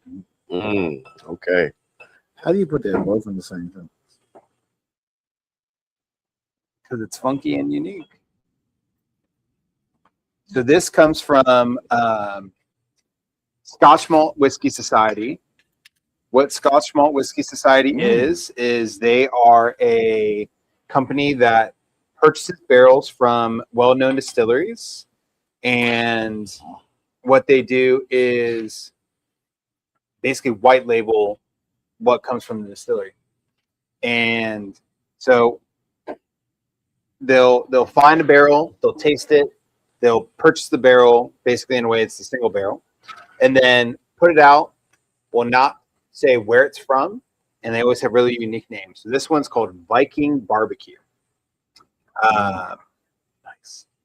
Viking 9 years old, 60%, 120 proof, Campbeltown single malt. Wow, nice. So coming from Campbeltown. Yep. I don't know. That's so neat. Shout out to Springbank. Yep. Is it possible to smell smoke and cake at the same time? There's some sweetness to it. I smell like smoke cake icing, like something like smoke and vanilla. This one, honestly, Coach, I've had this now. I had this shout out to you all as well. Karen. Indeed. This came from Glen Scotia. This is Glen Scotia. This is Glen Scotia. Nice. So I've had this bottle for almost 3.5, 4 years now. Scotia was founded in 1832. Everybody. Wow. When I first, I love that characteristics. It says Campbeltown single malt with maritime character, and that's exactly what I was about to say. When I first smelled it, I was like, I feel like I'm in a shipyard, and I'm smelling sea air, motor oil, diesel, exhaust, right? kind of like dead fish, but in like a flavorful way, not like red tide, but like almost hear the seagulls. Yeah, exactly. That's what I get now. Honestly, as it's opened up, that enjoyable. Wait till you taste it. First off, wait till you taste it. Now you describe. It works, but honestly, as it's opened up and oxidized, I get a lot more sweeter notes on. Folks, we have moved on, and I must move on. I get a lot of sweet notes. With the whiskeys here. There we are. I feel like nice. The smokiness. That's a sexy bottle. Let me just go ahead and give that a little bit more. Well, I do smell like showing on. You know what this is? The YouTube and Facebook. It's a nice bottle. Right this there. Is hickory smoke out at the pit. You on the pit master smoker. Yep. But this is the smell once it's in your clothes. Okay. It's not the smell in the air. Uh-huh. This is when hickory smokes hits cotton. HD said Smoke. he hits us with the cheers and a couple peace signs. And yeah, HD, I'm pretty sure we know What is hard we know truth? exactly Chill, who you. real? Hard truth. Mm-hmm. Sweet face. I'm gonna look at that. We are, and appreciate you coming through Whiskey Wednesday. What was that? A couple months back, maybe. All right, but right now we're drinking Viking Barbecue What is 9-year-old Go back down. Campbeltown Single Malt Oh. Scotch Whisky. It is 120 proof, aka 60% alcohol. There you go. There we go. Indeed. Yep. Absolutely. Got it. Hard, so, Hard Truth Whiskey, was that what it called? Hard Truth Bourbon? Mhm. Hard Truth. There you Yep. go. Hard Truth Distillery. Here we go. Anyways, here are the notes on. Here are the notes on this one right here. So, pork chops smothered in olive oil, rosemary, smoked paprika, sizzled on a hot charcoal of a Viking burial ship, alongside with lemons, limes, rolled in a coal dust mussel roast. The strong scent of thymol wafted from the Viking bathroom, mixing with minty toothpaste, oily cured meats, and smoked duck. Adding a dash of water, the bonfire crackled as we steamed prawns and crabs with seaweed and a few rose petals. Our taste buds were now enlivened by the sweetness of a marmalade glazed ham, honey on toasted crumpets, and smoked pineapple dipped in a rock salt. Fresh mussels bubbled in a pot, balancing the sweetness with maritime herbal notes of oregano and Thai basil. Wow. I mean, Those want to be in that shipyard now. that is why I wanna be in that love shipyard. Scotch. I love Scotch tasting notes. It's so unique, so creative. And yeah, it seems like things came from all spectrum of a potential tasting grid, right? Palate wise, it was from the citrus to the oysters or shellfish, rose, barbecue, everything. Wow. But the complexity of probably what hits as the lowest point. I think Campbeltown might be one of the lowest points in Scotland.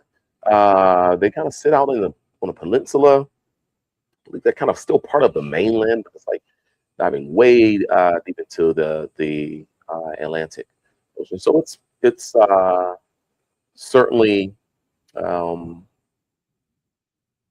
very much sea mist worthy, lowland, but almost as well Isle-like flavors that you get, but in a warmer appellation. So I think that potentially those whiskeys that are aged there, we would argue possibly aging them there has the maritime effect, but also slightly warmer conditions, which I think gives the aging of Campbeltown whiskeys a benefit of being maybe a little bit rounder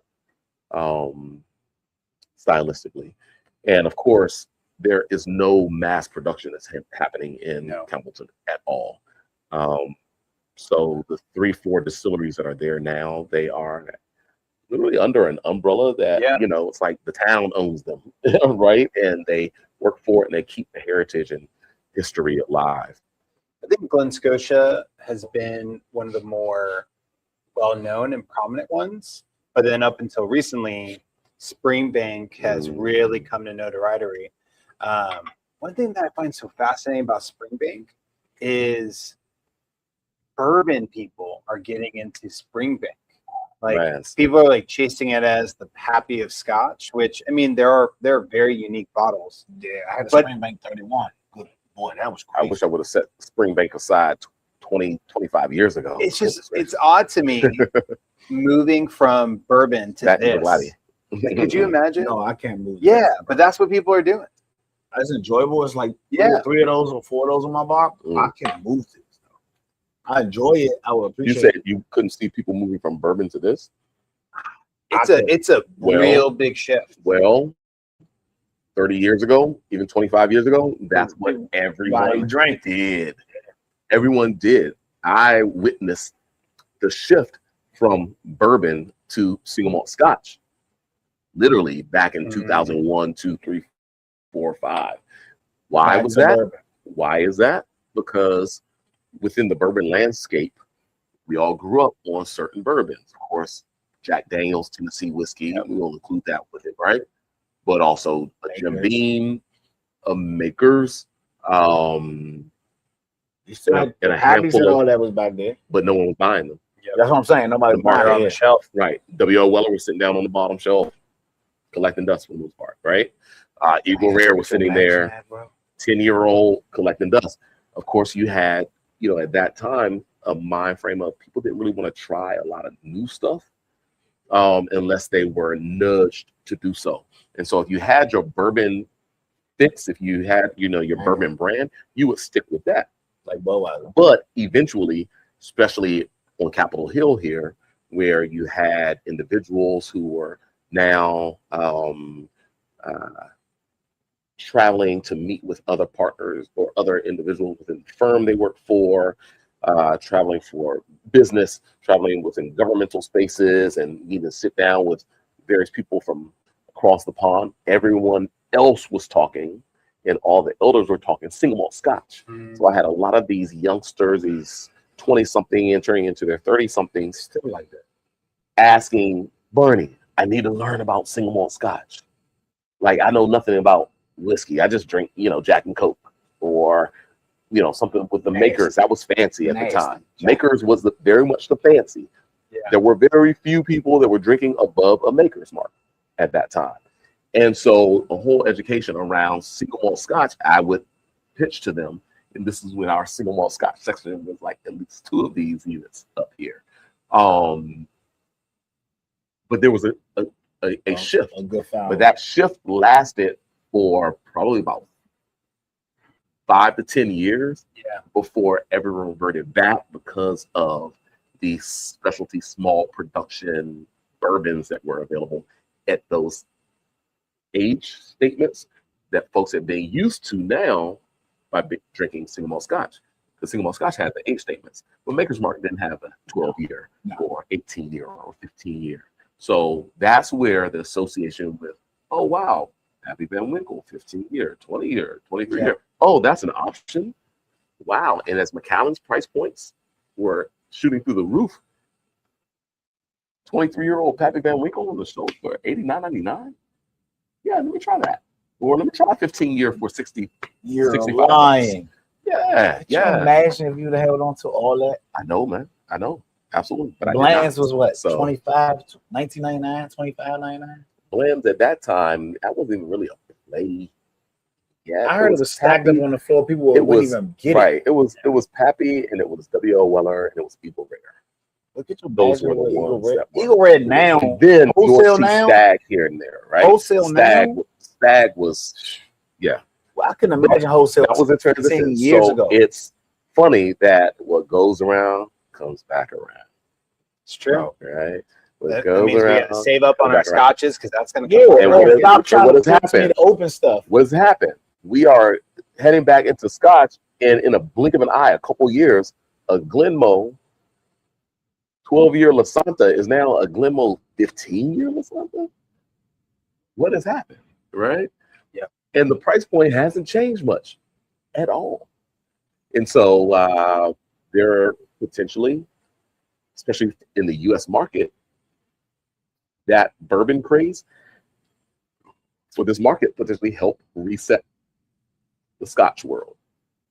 And so I'm going to be very excited to dive more into single malt Scotch whiskeys, especially, and see how much they've changed in the last few years that I've kind of been away from it, right? Now, I know that there are some productions that continue to do well, the Springbanks, the Kilkerrans and so forth, that I can barely get any of.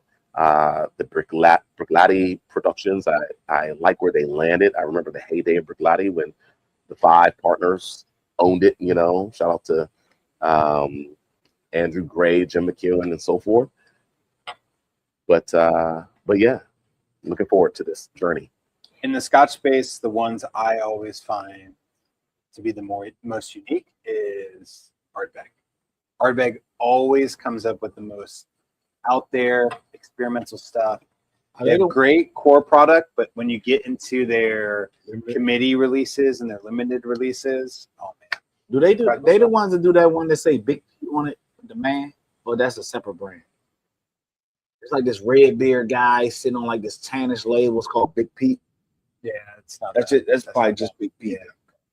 Big Pete. Yeah, it says it has a man on it, literally a man like jumping forward, like literally. Oh, okay. So I thought maybe it was an Arbeck one-off, but maybe it's just them by maybe it was a themselves. Lagavulin. No, Lagavulin that done. it's always not.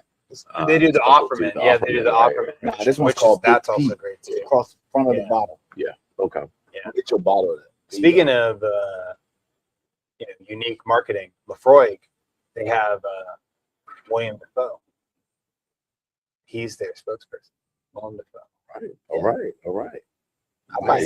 I get such a bias. All right. Well, let's get into rating, guys. Yeah. That is not only water runs. Water into it beer. It's me. Again, bias. It's my bottle. Man, it's so complex. It's so unique. We're talking about it, and like you can't really even describe it until you taste it. I remember the first time I opened it, tried it, gave some to Ruth, and I was like, "Just taste this." And she's like, "What the fuck am I drinking?" But it wasn't like it was offensive. It was just like there's so much going on that honestly your brain can't fully process it. 8.5.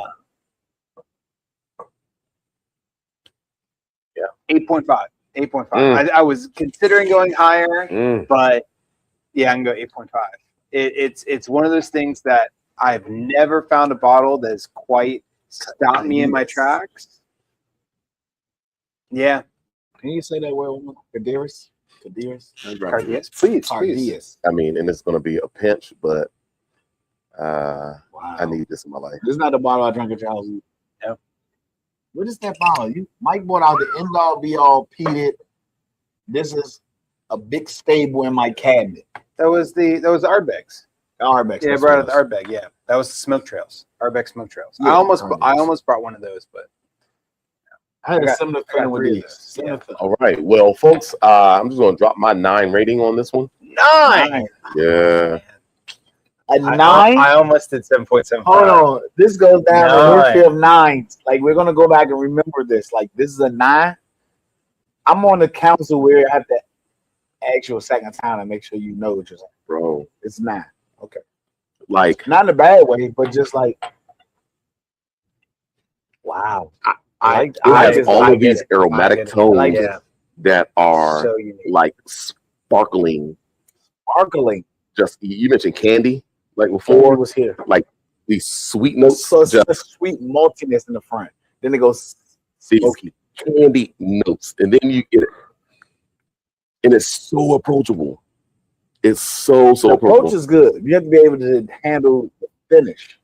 You just have to sit in it. Like you just have to sit in the experience of what you're drinking. And the longer you sit in it, the more you're just like, okay, I'm beginning to understand. And you don't even want to rush the process at all. Like just nosing this one is one of those experiences where you'll just sit back and just maybe wonder if it's going to breathe, open, and show another layer. Road joints talk. There's an process. This is family show, everybody. Family show. It is. They're in chats after dark. But they love the process though. That's what I'm going to. It ain't getting buzz. It ain't all the weird stuff. It's like when I talk to them, I'm like, there's an easy way to do that, bro. They're like, yeah, but I enjoy the process. I can't rush. So I get like, I like how you stuff. SHTUF stuff. The weird stuff. I like the way you fixed that. You shifted it and you almost put 2 words into one right there, but it came out on the right side. It's the Lefroy. Yeah. Bro, when I first started, that's so good. Did you rate it already, Alonzo? Laphroaig. Laphroaig? That's Laphroaig. amazing. Yeah, Alonzo, did you rate this one already? I am going to piggyback and go. Gosh, Don't feel pressure. we were 120 here. We were here. 120. 120. We're 120 even here. Um, That delivery is. I'm going to say they're both 8.25. The only difference is that could make me change it a little bit. Feel like I was a little. We had a nice front sweetness here. I feel like I was a little bit front sweeter here. Okay. But both enjoyable. Okay. I think those sit in the same realm. They both have balance. It's hard because it's like sweet, smoky, spirit balance. And I think that these whiskeys have a quote unquote cheating way of balancing proof because you have sweet and you have smoke. So at some point, I feel like with a good product, the spirit note is going to balance with one or the other because you have both. Okay. So if you have a whiskey, you can have a spirit so high that it's just out of balance. If you had, say you went here, here was less sweet. If this was 120, for me, it would be out of balance at 120. Right. Because there's like nothing to hold the proof and balance it out. Yeah. So I feel like when you get to Lefroy, they understand like, hey, I can give them cash strength 120. Let them enjoy it. Give them sweet. I got the peat coming through. It's going to be in balance, and the spirit delivers without it being overwhelming. Yeah. 8.25. I sit both of them in the same category. Okay. Well, I like what you said there. Yeah. But man, this Vikings barbecue, that one, Those when you have that sweetness. delicious.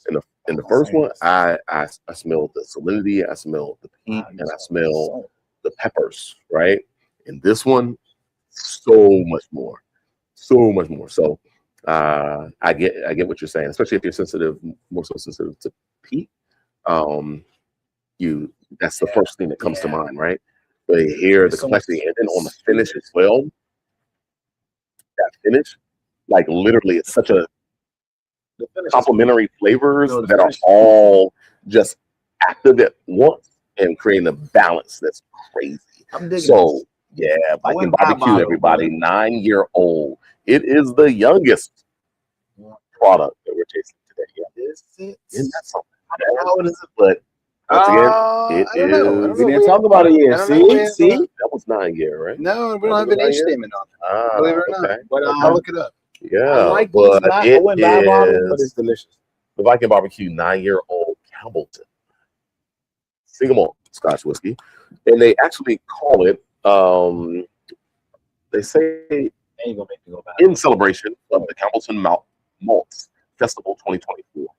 This is beautiful. It's 120 proof. Everybody don't taste like it at all. Nope. Alonzo gives it an 8.25. Mike 8.5. I jump out the window with a 9-point rating right there. That stuff to me is absolutely. I probably could have gone an 8.75 on it. Yeah, I probably could have. That's delicious. I can't wait to buy. Mike, there's thanks some for limited that treat, Lefroys. man. There's some limited Lefroys on my route. Limited editions. Yeah, I mean, I wish I didn't finish that 25-year. I might just have to pick it up. That 25-year was delicious. Yeah, absolutely. All right, it's 10:02. Give us our last minute shout outs and send us home. Hey man, I know what you're gearing up for. Shout out to Civic. On is the soft opening, and it's going to be a blast. People, come and get your coffee. Come and get your souk pastries. Come out and see the ambiance. Yep. How soft the chairs are when you sit down. How beautiful the coffee machine is. Come feel the atmosphere. Come down to Civic on 8th. It's gonna be worth the journey. We will be there at some point. Us, these three guys. I may be there tomorrow morning. I don't know. You might be there. Yeah, I mean, I might be there in the afternoon. It's a morning thing. It's a morning thing. So we're talking about come by between 8. Let's call it 8 and 3. All right. So, You know what? I feel like a superstar. You are, man. If you see me there, I might, the first 3 people I have a conversation to, I'll buy you a cup of coffee. Oh wow. There How you about go. that? Wow. Well, folks, come by Friends to for a cup of coffee, for a pastry, I will, the likes, and see the space. And you can buy the cup of coffee and hang out in the space, listen to some awesome tunes, Yes. watch the staff as they are on their first day of operations, folks. Decor. Yeah. And give them some grace, this is the first day of operations. Shout out to Rhonda Lane Fox, who this is her first entry into the restaurant, bar, coffee house space, period. She comes from a career in politics, a successful career in politics. I mean, the accreditation that she has within that space are great. And she's beloved and well known, not only in this city of Washington, D.C., and her hometown of Fayetteville, North Carolina, but nationally, literally coming off of the national election, the last presidential election, building the largest coalition for women in any presidential election. That coalition wanted to stay engaged, wanted to be present. So she created nonprofit Persist, the Persist Network. Spurring off of that, it's now a space that you can persist in. It's woman owned, woman, Okay. woman forward, Civic on 8th, right here on Capitol Hill, 8 blocks from the U.S. Capitol building where she started her career in politics, being one of, I believe, the youngest people of color to be a chief of staff or a congressional representative. And carrying on. So come on out to Civic on 8th. Please, if you are part of Whiskey Wednesday or part of the chats community, just say, hey, I'm here because of Whiskey Wednesday. I'm here because of chats. Let them know how strong we are in this game up here on Capitol Hill, celebrating 92 years this weekend. Chats Liquor has been around 92 years. We are the oldest retail establishment for wines and spirits, fine wines and spirits on Capitol Hill, and one of the oldest in the city. Yep. Absolutely. Still going after many decades. My family, almost 5 decades of ownership of Chats Liquors, 48 to be exact. February 1st. Shout out to my father, Burnie Jr., my mother, Ophelia Williams, of course, of Ophelia's Flowers, and then of the name borrowed for Ophelia's Fish House. But that space is going to be Civic on 8th now. Come out and join us for their soft opening. You're the third? Mike, take it over. Yeah, I was going to say, and beyond just, everything that Burnie said, Barracks Row is in this very unique transition, at least for me as a somewhat outsider to DC, still kind of getting acclimated with it. Barracks Row is very much in this transition. Starbucks is gone. The only coffee shops that are here in Barracks Row and kind of Eastern Market area, you have Pellegrin, you have Dunkin'. So come. Weird corner store. Whatever. They serve Compass coffee. They're going bankrupt. It's right. Damn. Anyways, support Civic. Keeping it real gets real. Chats After Dark. Coffee lounge. Sit down and support Civic. He likes Black-owned business. Women-owned business. Women-owned business. Great coffee shop. The money's staying here locally. It's not going to some crypto Dubai offshore account. Black woman-owned property as well. Exactly. Hey, there you go. So I'm excited for it. I feel like this area has been yearning for I'm a big fan of third spaces. I think people have kind of gotten away from that concept. The concept of third space. Like you go to work, you go home. What's your third space? Where are you hanging out outside of your house? Yeah, it's the concept. I never heard that term. That's what the term is. It for me, because I'm a degenerate, chats is the third space. So this is where I hang out. If I'm not at home and I'm not at work. All you degenerates, come on over. Yep, This is my third space. This is the third space. But for a lot of people, they're looking for a third space. I think Civic is going to be that third space for a lot of people. Indeed. The way that it's organized, the ambiance, the aesthetic, it's made for conversation. It's made for socializing. Made for good Stay coffee. for a while. Yep. I think Mind you, I had a matcha. samosa or something I had last week. It was mushroom and lentils. Oh yeah, Oh, yeah. okay, yeah. From Oh, Soup. yeah. Yeah. I tried. Shout out Winnette. Mhm. I tried a pastry a week ago. I believe it was like a mushroom lentil pastry samosa or something. Yeah. It was delicious. It Right. had like some curry, Caribbean flavor coming through there. Mhm. And I was trying to get another one, and the You it were was out. closed. It was over. Yep. Yeah. It was like well, we were family and friend tasting the menu and giving our opinions on some of the foods. So it was not an open process. It was a family friends. It was a personal tasting so we can know what you're getting starting tomorrow. indeed. Yeah. And if by chance that pastry made the menu, I'm telling you right now, Mhm. order you one. Mhm. Mhm. I wanted like 2 or 3 to go home. Mhm. If you see mushroom, lentil, pastry, or samosa, whatever the word was for it, believe me, the crust was so brioche and toasty and flaky, and it wasn't dried out. I mean, the flavor was through. I stand by that pastry. Mhm. If you All right. can't hear my voice, I do stand by that pastry. Mhm. Well, shout out to Dr. Winnette Ambrose, the founder and owner of Souk, as well as earlier than that, Sweet Lobby. And right here on Barracks Row is where she got her start as a PhD, I believe engineering or biological engineering or something in that realm. And as accomplished as she is,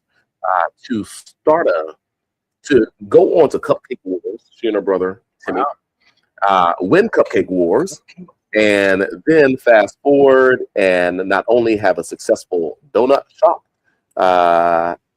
and macaron shop here on Capitol Hill, the 400 block, then to open a pastry, coffee house, sandwich shop, and more. I mean, that's the best I can explain it, folks. But I mean, it was such a beautiful space as well.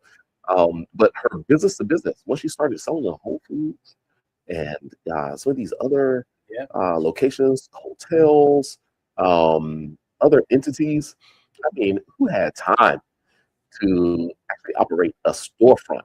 So that's okay. With that, relax. You don't have to operate that storefront. No problem. You know why? Because right here on Barracks Road,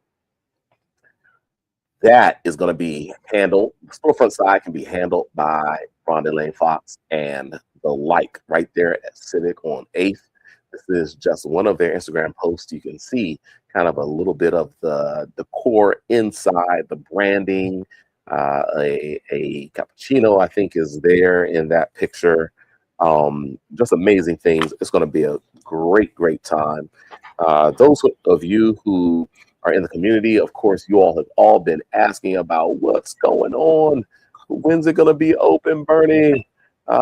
Who's you find to take over the space? We hope it's good. We can't wait to get there. And when I introduce them to the absolutely dynamic Rhonda Lane Fox, there you go. You know, it's a no question. They will be going live tomorrow, and it's going to be a beautiful thing. I think I'm so she's a excited. white and black shirt. Hmm? She's a white and black shirt. A rough shirt, yeah. Well, I don't know. Classic. The West Haven green is the color Green and white rough shirt of that Civic, and so I don't know. She might be the green and white. That could be the green and white rough yeah, shirt. that could be something. Absolutely. But shout out to Lisa Civic. You can see their picture is Fawn Weaver, the owner of Uncle Nearest. You can see also the Emmy Award-winning Angie in the picture, as well as the craftsperson behind the bar right there, AJ Johnson and Rhonda Elaine Fox. There in the black. Gosh, such a great That was a time. fun night. Yeah, it was a fun fun night. night. Reggie, artist Reggie is right there in that picture there. But folks, come on over. It's going to be a phenomenal venue to sit back, grab coffee, grab cocktails eventually, but coffee first, and just enjoy the space, having space to communicate about whatever your passions are. Women own, top to bottom. Women operated, pretty much top to bottom. And the support from the fellas, of course, is always necessary. Absolutely. And we're happy to do so. The gentleman sitting here to my right, to your left, stage have chipped in and helped out the process along the way and helped me within the process of making sure that Civic has the best start as possible from our standpoint. Of course, Rhonda did the heavy lifting, though, right? Yeah. And yeah, she's gangster with it for sure. So we're super excited about it. Come on by. I'm going to stop rambling now. And We just crossed the 2-hour mark. We just crossed the 2-hour there mark. you go. There it is. That's right. Hey, Well, good night, everybody. We're going to see you hopefully tomorrow at Civic. hey, next week we've been showing all this love with single malts. I need to get back to bourbons. Yep. Not in a bad next way. week. Not in a Next bad week going to way, be our the chat celebration. Oh, you making barbecue? Well, we're going to have to. You're making I'm barbecue. making barbecue. You're making barbecue. I don't make chicken. barbecue. figure You make a all barbecue that stuff chicken out. in the oven. It doesn't have to be smoked. Barbecue chicken. Okay. You do the barbecue chicken. I'll do the sweets. Well, I was going I'll to do say. a cake. I was going to say I'm going to bring the wild turkey masters. Your idea was barbecue though. Barbecue. For the anniversary. That was your idea. That's my idea. Food pairing for the Barbecue That's sauce. idea. Barbecue sauce. It was Oh, joking. you just He was took joking. Yeah. Like, yeah. I'm Just going joking. to make a cake for the chat's anniversary. I'll have Ruth make something as well. Wow. I hope, Ruth your, is the I hope baker. your children are still on here because you told them to watch and you set me up because I'm ducking. You're Ducking one of them. children. One of them. Well, Well, just she's one. she's back in school, man. Just one. I just dropped her off. Shout out to Gabby. Shout out to my eldest, Gabrielle, out there at Towson University, Doing her just entering into her second semester making freshman us year. proud. And Dean's List, folks. Oh, Come on now. Gabby. Dean's First semester, List student. I love First that. semester. Do you know how go. complicated my first semester was? No. I mean, I had to find How much you my- party, you mean? No, not even partying. Just like getting used to being away Around from and university meeting and so friends. forth, and like Well- keep up with getting up to classes, having all the responsibility on my own. yeah, No yeah. one. Like, do you think I did? Got Dean's List? Listen. So shout out First to semester. Gabby. My Freshman year? mindset was C's get degrees in college, and so anyone that's got Dean's Wow. List, So shout They out got to sick. Gabby. I Hey. do not want to steal any of your thunder, but shout out my niece. This is her second semester. First semester, I don't know if it was Dean's List, but I think it was like all A's and 1B, all A's and 2B. Well, that's And that's she's Dean's List. she's Come on up now. at Morgan. That's a So 3.5. That's right? her. Oh, yeah. This was her Nice. first year. Okay. So she's in her second Okay. semester right now, first year. Beautiful. So shout out to ladies making the way. Come Oh, on yeah. down. Come on Shout out down. to They've ladies. So been making the definitely. way. We celebrate them. Definitely. We come from and are connected to in one way or another. Yep. We associate ourselves with amazing women. I Yeah, don't think that amen we to would that. be the men that we are Without if we amazing were women. surrounded by and appreciated and supported amazing women. That's our goal. It's we all benefit. We all benefit from being a strong community, and it takes us all being strong in that. And so celebrating all the women, raising the glass. Right now that's empty of whiskey, but we're going to get back to at least one more dram. But after this live ends, we're going to see you in 7 days, if not before. Peace, everybody. Stay safe this weekend. Yeah, Bottle Gabby, up. your dad freezes cake, Gabby. So I'm gonna get that made. It's gonna go in the freezer. You can have it on spring break. Oh, wow. Bye, everyone. Peace.